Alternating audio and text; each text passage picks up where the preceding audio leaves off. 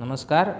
આ વિડીયો છે science class 10 chapter 12 part 12. આગળ આપણે પાવરનું સૂત્ર, ઉર્જાનો કિલોવોટ અવર એકમ, 1 કિલોવોટ અવર બરાબર 1 યુનિટ થાય એના વિશે પણ બધી વાત કરી ગયા. 1 કિલોવોટ અવર બરાબર કેટલી ઉર્જા એના વિશે પણ વાત કરેલી હતી. 1 કિલોવોટ અવર બરાબર તમે આવું લખી શકો 3.6 ગુણ્યા 10⁶ જૂલ જેટલી ઉર્જા છે એ મળેલી હતી આપણને. ફરીથી 1 કિલોવોટ અવરને 1 યુનિટ પણ કહેવામાં આવે. ઘર વપરાશમાં વપરાતી વીજળીનું બિલ આપણને યુનિટના સ્વરૂપમાં આવે છે. આ બરાબર યાદ રાખજો. કિલોવોટ અવર ઉર્જાનો એકમ છે, પાવરનો નહીં. આગળ જોઈએ આપણા ઉદાહરણ 12.13ની અંદર 400 વોટનું રેટિંગ ધરાવતું વિદ્યુત રેફ્રિજરેટર 8 કલાક પ્રતિ દિવસ ચલાવવામાં આવે છે. ₹3 પ્રતિ કિલોવોટ અવરના લેખે 30 દિવસ ચલાવવા માટેની ઉર્જા માટે કેટલો ખર્ચ થાય? બહુ જ સરસ દાખલો છે. તમે ઘરમાં કોઈ સાધન હોય અને એના રેટિંગ તમે જાણતા હો તો તમે જેટલો સમય એ સાધન ચલાવો એના ઉપરથી, એના રેટિંગ ઉપરથી કેટલી ઉર્જા વાપરે છે અને યુનિટના રૂપિયા કેટલા છે એ નક્કી કરી અને તમે એટલું એ સાધન વાપરવાથી કેટલું બિલ આવશે ને એ પણ નક્કી કરી શકો. જોઈએ અહીંયા આપણને શું આપેલું છે. એમાં પહેલી વાત છે 400 વોટ, એટલે તમને પાવર આપેલો છે P બરાબર 400 વોટ. બીજું રેફ્રિજરેટર 8 કલાક પ્રતિ દિવસ, એટલે કે એક દિવસ રેફ્રિજરેટર ચાલે તો એક દિવસની અંદર કેટલો સમય, એક દિવસમાં રેફ્રિજરેટર 8 કલાક ચાલે છે. હવે ₹3 પ્રતિ કિલોવોટ અવરના લેખે 30 દિવસ ચલાવવા માટેની ઉર્જા માટે કેટલો ખર્ચ થાય? બરાબર જોજો. એક દિવસ રેફ્રિજરેટર 8 કલાક ચાલે છે તો 30 દિવસ માટે રેફ્રિજરેટર કેટલા કલાક ચાલશે? તો તમે સીધી ત્રિરાશી કરશો, આ બેનો ગુણાકાર એના છેદમાં. તો રેફ્રિજરેટર ચાલવા માટેનો સમય 30 ગુણ્યા 8 એટલે કે 240 કલાક. હું અહીંયા લખી શકીશ રેફ્રિજરેટર વપરાશ માટેનો કુલ સમય T બરાબર 240 કલાક. હવે વપરાતી ઉર્જાનું સૂત્ર આપણે લખવું હોય પાવર ઉપરથી તો P બરાબર થાય છે આપણી પાસે W/T. મારે કિલોવોટ અવર તરફ જવું છે તો પાવર આપણને આપેલો છે વોટમાં 400 વોટ. આને મારે કિલોવોટ ફેરવવા હોય તો એને ભાગ્યા 1000 કરવા પડે, એટલે હું અહીંયા લખી શકું 0.4 કિલોવોટ. હવે હું આ P બરાબર W/Tમાં Wને સૂત્રનો કરતાં બનાવું તો થઈ જશે P ગુણ્યા T.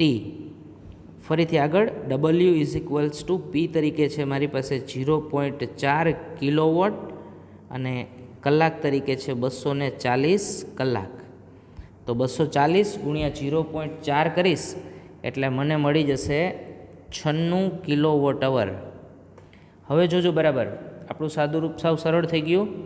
આપણો રેફ્રિજરેટર છે એ એક દિવસમાં 8 કલાક ચાલે છે, 30 દિવસ ચાલે તો આટલી ઉર્જા વાપરે છે, 96 કિલોવોટ અવર જેટલી ઉર્જા વાપરે છે. હવે તમારે રેફ્રિજરેટર માટેનું બિલ ગણવું હોય તો ગણી શકાય આરામથી. 1 કિલોવોટ અવરના કેટલા રૂપિયા છે? ₹3. તો 96 કિલોવોટ અવરના કેટલા રૂપિયા થશે? એટલે હું અહીંયા આમ લખી શકું, આ 1 કિલોવોટ અવર વાપરવા માટે રૂપિયા છે 3, પ્રતિ યુનિટના ₹3 છે. તો હવે આપણી પાસે જવાબ મળ્યો તો 96 કિલોવોટ અવર વપરાશનો. તો 96 કિલોવોટ અવરના કેટલા રૂપિયા થાય? સિમ્પલ, આ બેનો ગુણાકાર એના ભાગ્યા. તો હવે થઈ જશે 96 ગુણ્યા 3. તો તમારો જવાબ આવી જશે ₹288. એટલે આપણા બિલ થઈ જશે ₹288. એટલે કેટલો ખર્ચ થાય એનો તમે લખી શકો કે ભાઈ 30 દિવસ રેફ્રિજરેટર ચલાવવા માટે કુલ ખર્ચ ₹288 થયો છે. અહીંયા ખાલી જોઈએ ફટાફટ, 30 દિવસમાં રેફ્રિજરેટર દ્વારા વપરાતી કુલ ઉર્જા. હવે 400 વોટ ગુણ્યા 8 કલાક પ્રતિ દિવસ ગુણ્યા 30 દિવસ, બધું જ સળંગ લખી નાખ્યું છે. આપણે સેપરેટથી અલગ ગણીને તમને બતાવેલું હતું. એક દિવસમાં 8 કલાક, 30 દિવસમાં કેટલી કલાક, એટલે 240 કલાક થઈ. આપણે વોટને કિલોવોટમાં ફેરવાતા ડબલ્યુના સૂત્રમાં પી ગુણ્યા ટી કર્યું હતું. સાદુરૂપ આપો એટલે આ રીતનું સાદુરૂપ મળતું હતું. આ 96,000 વોટ અવર છે, એને ભાગ્યા 1000 કરો એટલે કિલોવોટ અવર થઈ ગયું. 30 દિવસ ચલાવવા માટે વપરાશની ઉર્જા 96 કિલોવોટ, 1ના 3 રૂપિયા છે તો 96 ગુણ્યા 3 એટલે જવાબ મળી જશે 288.00 રૂપિયા. જોઈએ આગળ, સારો દાખલો છે, બરાબર સમજી લેજો. એના પછીનો પ્રશ્ન, સહેલો સિમ્પલ સરળ પ્રશ્ન. વિદ્યુત પ્રવાહ દ્વારા અપાતી ઉર્જાનો દર શાનાથી નક્કી થાય છે? તો સાવ સિમ્પલ, ઉર્જાનો દર એટલે કે તેને મળતી ઉર્જામાંથી તે કેટલા દરે વિદ્યુત ઉર્જા ખર્ચે છે એ પાવર નક્કી કરતું હોય છે. એટલે આપણે એવું કહી શકાય કે વિદ્યુત પ્રવાહ દ્વારા ઉપકરણને અપાતી વિદ્યુત ઉર્જાનો દર પ્રાપ્તિ સ્થાનનો વિદ્યુત પાવર નક્કી કરે છે. એટલે તમે સિમ્પલ જવાબ આમ પણ આપી શકો, વિદ્યુત પ્રવાહ દ્વારા અપાતી ઉર્જાનો દર પાવર દ્વારા નક્કી થાય છે. એના પછીનો પ્રશ્ન, વિદ્યુત મોટર 220 વોટની લાઇનમાંથી 5 એમ્પિયર પ્રવાહ ખેંચે છે તો મોટરનો પાવર અને 2 કલાકમાં વપરાતી ઉર્જા ગણો. હવે મોટરનો પાવર ગણવો હોય આપણે, અત્યારે બરાબર જોઈ લો, 220 વોલ્ટની લાઇન એટલે તમને વી આપેલું છે, વી બરાબર છે 220 વોલ્ટ. બીજું તમને આપેલું છે આઈ બરાબર છે 5 એમ્પિયર. તો સરળ, વિદ્યુત મોટરનો પાવર ગણવો હોય તો તમે શું કરશો? પી ઇઝ ઇક્વલ્સ ટુ વી આઈ. આઈની કિંમત કેટલી મૂકી શકશે આપણે? 220. વીની કિંમત 220, આઈની કિંમત મૂકી શકશે આપણે 5. તો આપણી પાસે જવાબ આવી જશે 1100 વોટ. પાવરનો એકમ છે વોટ. હવે મારે બીજું એવું ગોતવાનું છે, 2 કલાકમાં વપરાતી ઉર્જા ગણો. હવે અહીંયા કલાક 2 છે, ઉર્જાનું સૂત્ર આપણી પાસે છે. અત્યારે તમે આ જવાબ યાદ રાખજો, પીનો જવાબ મળ્યો છે આપણને 1100 વોટ. હવે આ પી બરાબર 1100 વોટને હું કિલોવોટની અંદર ફેરવી દઉં તો આને આમ પણ લખી શકશો 1100 ગુણ્યા 10⁻³ કિલોવોટ, અથવા તો 1100 ભાગ્યા 1000 એટલે 1.1 કિલોવોટ તમે આ પણ લખી શકશો. હવે મારે ઉર્જાનું સૂત્ર લખવું હોય તો ઉર્જાનું સૂત્ર W ઇઝ ઇક્વલ્સ ટુ પી ગુણ્યા ટી. તો અહીંયા તમારી પાસે આપણે સાદુરૂપ આપેલું હતું એ પ્રમાણે 1100 ગુણ્યા 10⁻³ ગુણ્યા 2 કલાક એટલે જવાબ તમારો અહીંયા આવો આવી જશે. આનું સાદુરૂપ આપશો એટલે અહીંયા થઈ ગયું 2200 ગુણ્યા 10⁻³. હવે હું -3 છે, પોઈન્ટ અહીંયા હોય છે આપણે 2200 પછી. જો હું આ પોઈન્ટનું સાદુરૂપ આપું, આ તમે બરાબર યાદ રાખજો, પોઈન્ટ ડાબી બાજુ જાય તો 10⁻+ થાય. પોઈન્ટ જેટલા આંકડાઓ ડાબી બાજુ જાય એટલી ઘાત પ્લસ થાય.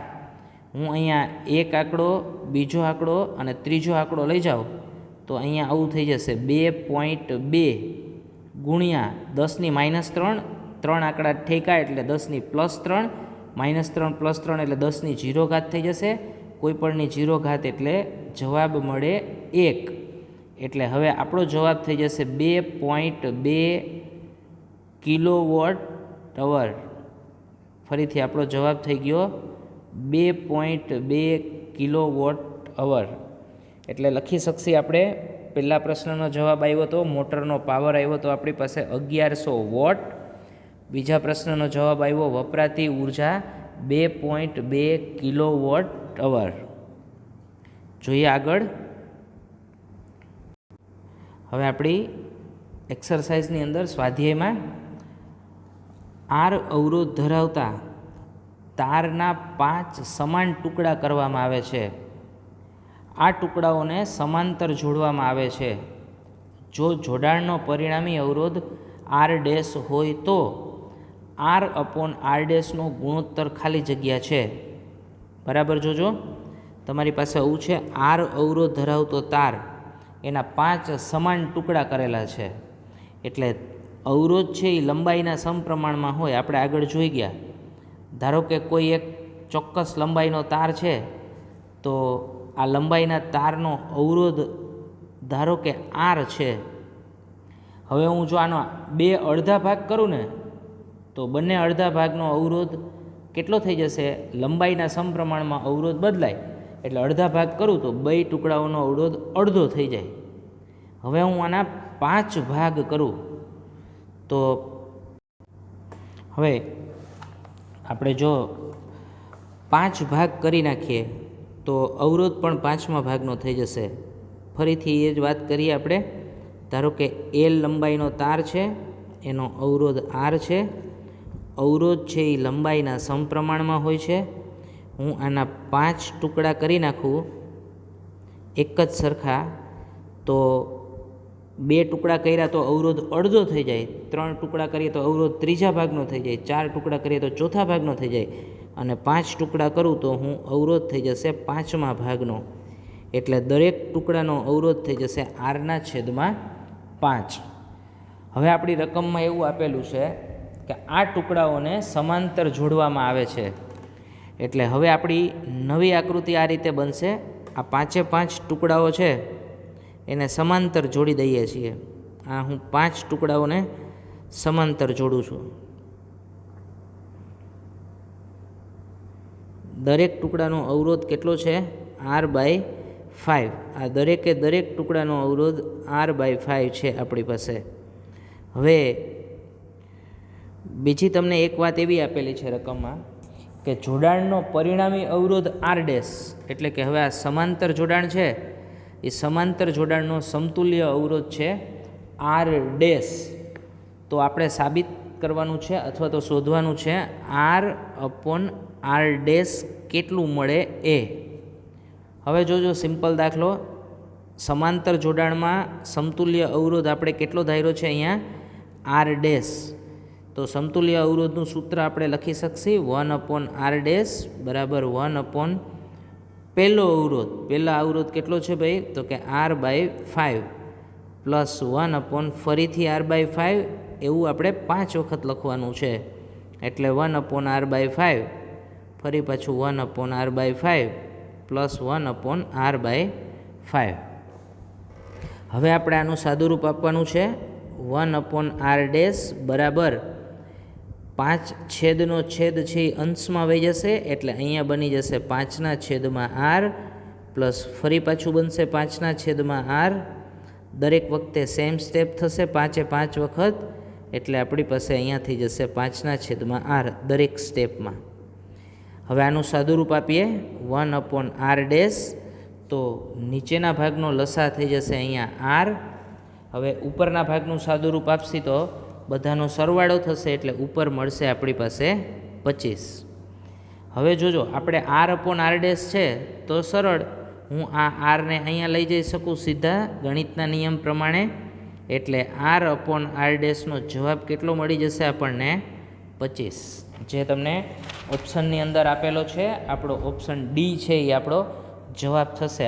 r/r ડેશ બરાબર 25.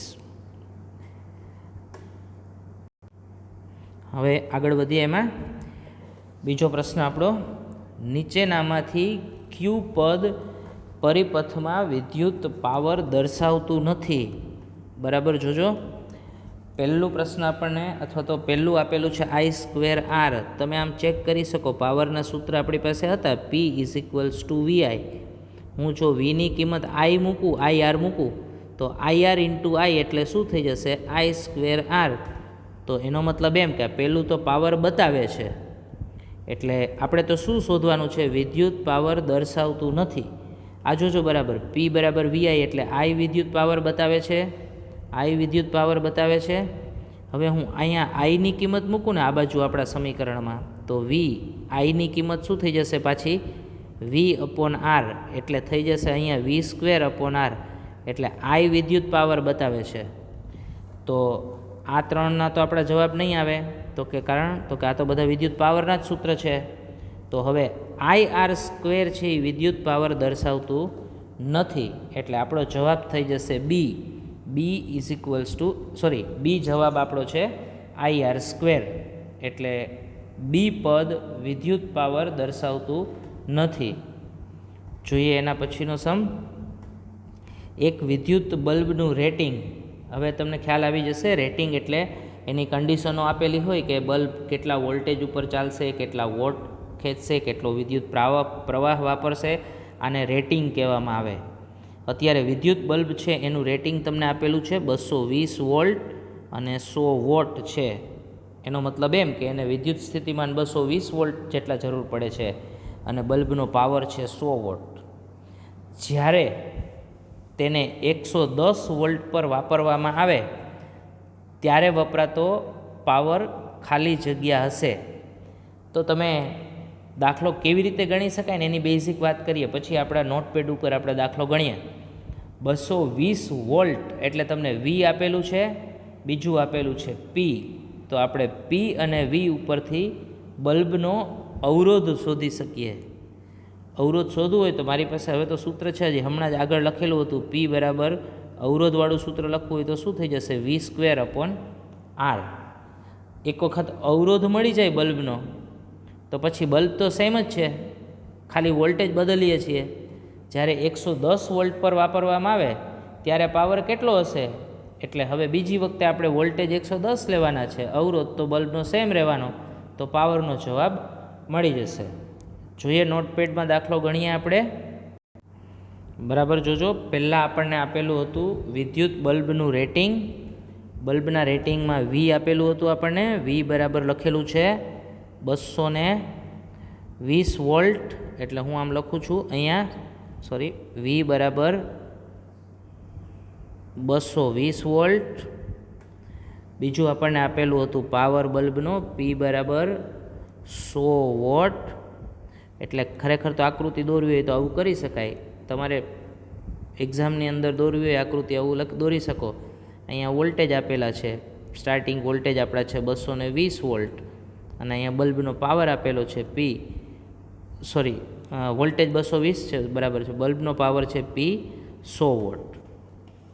એટલે હવે હું આ વિદ્યુત બલ્બનો અવરોધ ગોતવો હોય મારે, તો હું પાવરનું સૂત્ર આપણી પાસે છે પી V²/R. તો આરને સૂત્રનો કરતાં બનાવું તો શું થઈ જશે, V²/P. તો V²ની જગ્યાએ મારી પાસે કિંમત શું છે, તો કે R વીની કિંમત 220 છે, એટલે હું આમ લખું છું 220, V² છે એટલે બીજી વખત 220 છેદમાં પાવરની કિંમત છે 100. આનું સાદુરૂપ સાવ સરળ છે, 22 × 22 કરશો એટલે મળી જશે 484 ઓહમ. એટલે આ તમને બલ્બનો અવરોધ મળેલ છે 484 ઓહમ. હવે જોજો તમારે શું ગોતવાનું છે. હવે જ્યારે 110 વોલ્ટ વાપરવામાં આવે એટલે આ વીની જગ્યાએ કેટલા વાપરે છે વોલ્ટેજ, તો કે 110 વોલ્ટ. બલ્બ તો એનો એ જ છે, એનો મતલબ એમ કે બલ્બનો અવરોધ કેટલો હશે, જે છે એટલો જ. તો હવે પાવર કેટલો છે એ તમારે ફાઇન્ડ આઉટ કરવાનો છે, ગોતવાનો છે. અહીંયા બલ્બનો અવરોધ મળી ગયો છે આપણને 484 ઓહમ. એટલે હું લખું છું અહીંયા બલ્બનો અવરોધ R બરાબર 484 ઓહમ. નવા વોલ્ટેજ આપણે વાપરીએ છીએ એને હું V' કહું અત્યારે, ખાલી પહેલાં વોલ્ટેજ કરતાં અલગ પડવા માટે. એટલે V' બરાબર બની જશે 110 વોલ્ટ. યાદ રાખજો, પહેલી વખતે વોલ્ટેજ વાપરેલા હતા 220 વોલ્ટ. હવે હું ગોતવાનો છે મારે પાવર, એટલે પાવરનું સૂત્ર વાપરું તો અહીંયા લખી શકાશે V'²/R. V' કિંમત મૂકું છું 110 × 110 છેદમાં આરની કિંમત મૂકીશ 484. સાદુરૂપ તમારે આપવાનું છે. P આપણો જવાબ મળી જશે 25. પાવરનો એકમ થઈ જશે, શું લખશે પાવરનો એકમ, વોટ. એટલે P બરાબર થઈ જશે 25 વોટ આપણો જવાબ. જોઈએ આગળ ફરીથી એના પછીનો સમ. આ સારો પ્રશ્ન, અગત્યનો પ્રશ્ન, ચોથો સમ છે એ બરાબર સમજો. એક જ દ્રવ્યમાંથી બનેલા બે વાહક તારની લંબાઈ અને વ્યાસ સમાન છે. લંબાઈ અને વ્યાસ સમાન છે એટલે તમારે સમજી લેવાનું કે એમનો અવરોધ સમાન છે. સમાન વિદ્યુત સ્થિતિમાનના તફાવત હેઠળ એટલે કે વીએ સમાન રાખ્યો છે. સૌ પ્રથમ શ્રેણીમાં ત્યાર પછી સમાંતરમાં જોડવામાં આવે છે. તો શ્રેણી અને સમાંતર જોડાણમાં ઉત્પન્ન થતી ઉષ્માનો ગુણોત્તર ખાલી જગ્યા હશે. જોજો, શ્રેણી સમાંતર જોડાણમાં ઉત્પન્ન થતી ઉષ્મા, તમને ઉષ્માનું એક સૂત્ર આવડે છે, H=I²RT. હવે હું આ સૂત્રમાં ખાલી એક થોડુંક સાદું રૂપ આપું છું, તમે સમજો. I² જગ્યાએ હું મૂકી શકું V²/R². કારણ તો કે I બરાબર V/R, એટલે અહીંયા લખું છું V²/R² × R × T. આ એક R ઉડી જશે તો ઉષ્માનું સૂત્ર એક આવું બનશે, V²/R × T. બસ ખાલી આ સૂત્ર કેવી રીતે આવ્યું યાદ રાખજો. તમે રફ નોટની અંદર અથવા તો તમારી નોટબુકમાં પ્રેક્ટિસ કરી શકશો. એટલે Hનું સૂત્ર મળ્યું મને, ઉષ્માનું સૂત્ર વિદ્યુત સ્થિતિમાન, અવરોધ અને સમયના સ્વરૂપમાં, એટલે V²/R × T. ફરીથી આપણે રકમ તમે બરાબર જોઈ લો. આપણે નોટપેડ ઉપર દાખલો ગણીએ છીએ. આગળ જોઈએ. હવે આપણે જે રકમ આપેલી છે એમાં એક જ દ્રવ્યમાંથી બનેલા બે વાહક તાર લંબાઈ અને વ્યાસ સમાન છે. એનો મતલબ એમ કે બંને વાહક તારનો અવરોધ સમાન થશે. આ તાર છે વાહક તાર, એની લંબાઈ સમાન છે અને વ્યાસ સમાન છે. આડછેદનું ક્ષેત્રફળ સમાન લઈ શકો. એટલે હું આવું લખી શકું, આ બંને વાહક તારનો અવરોધ સમાન છે. આ પહેલાંનો એ R થશે અને બીજા વાહક તારનો અવરોધ એ R થશે. હવે હું શ્રેણીમાં જોડું ને તો તમને ક્લિયર છે. શ્રેણી જોડાણની અંદર સમતુલ્ય અવરોધ બંને અવરોધના સરવાળા બરાબર થાય, એટલે કે R+R બરાબર થઈ જશે 2R. હવે હું સમાંતરમાં જોડું તો સમાંતર જોડાણનો સમતુલ્ય અવરોધનું સૂત્ર વાપરીએ તો કે 1/RP. અહીંયા S શ્રેણી માટે, P પેરેલલ એટલે સમાંતર માટે, એટલે આવું લખી શકાશે 1/R + 1/R.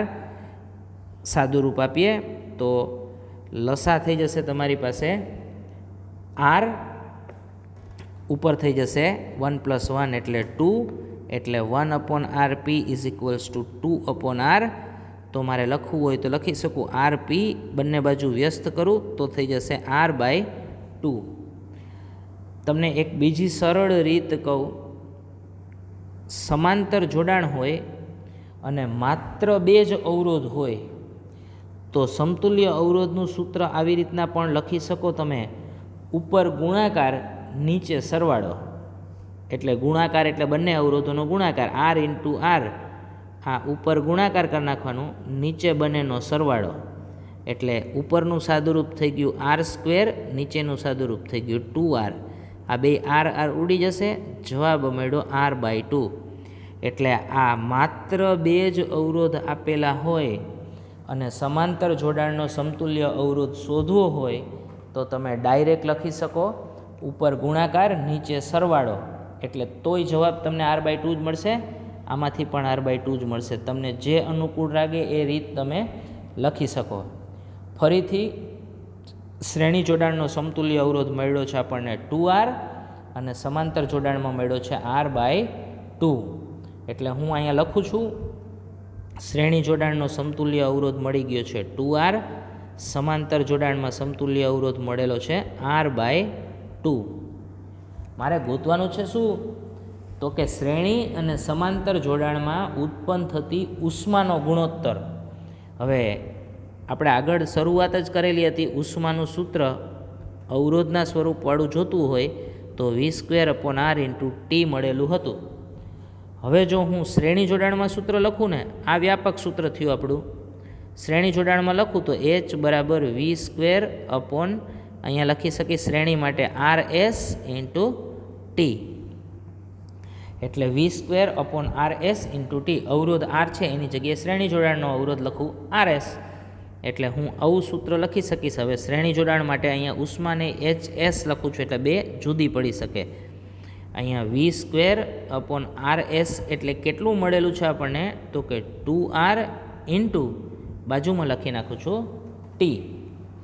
સમાંતર જોડાણ માટે સેમ મારે આ સૂત્ર લખવું હોય તો હું HP લખું છું પેરેલલ, એટલે V²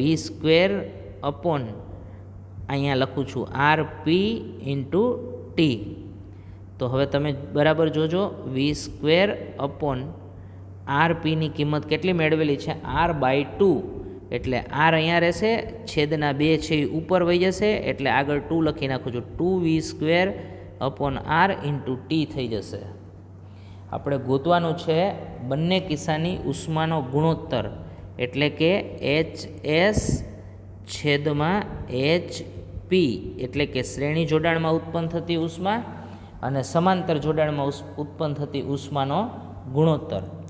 તો અહીંયા પહેલું સ્ટેપ આમ લખી શકાશે, V²T, આ શ્રેણી જોડાણની ઉષ્માવાળું સૂત્ર લખું છું હું, V²T/2R એના છેદમાં 2V²T/R. હવે આ છેદનો છેદ ઉલટાવીને મારે સાદુરૂપ આપવાનું છે, એટલે આવું સાદુરૂપ થશે. જોજો, અત્યારે હું બોલું છું, પછી આપણે લખીએ V²T/2R ગુણ્યા આરના છેદમાં 2V²T લખું છું હું. સેમ એ જ વાત, આ HS/HP is equals to V²T/2R ગુણ્યા આરના છેદમાં 2V²T. સાદુરૂપ આપશો એટલે R કેન્સલ થઈ જશે, V² કેન્સલ થઈ જશે, T કેન્સલ થઈ જશે, એટલે જવાબ મળી જશે 1/4. એટલે તમે લખી શકશો કે HS આવી રીતે લખું તો HS/HP ઇઝ ઇક્વલ્સ ટુ 1/4, જે આપણા માગેલા પ્રશ્નનો જવાબ છે. તમે દાખલા ગણતી વખતે સ્ટેપ લખવા હોય તો વિડીયો પોઝ કરી અને સ્ટેપ છે એ લખી શકો, પછી વિડીયો તમે આગળ સ્ટાર્ટ કરો, એ રીતે તમને સમજાતું જશે. જોઈએ એના પછીનો સમ આપણે આગળ. 5મો પ્રશ્ન આપણો, પરિપથમાં કોઈ બે બિંદુ વચ્ચે વિદ્યુત સ્થિતિમાનનો તફાવત માપવા માટે વોલ્ટમીટર કેવી રીતે જોડશો? આવડે જ છે બધાને. વિદ્યુત સ્થિતિમાનનો તફાવત માપવા માટે વોલ્ટમીટર હંમેશા તે બે બિંદુઓ વચ્ચે સમાંતરમાં જોડવું જોઈએ. અહીંયા સુધી રાખીએ આપણે. આગલો સમ છે એ આપણા નેક્સ્ટ વિડીયોની અંદર આપણે જોઈશું.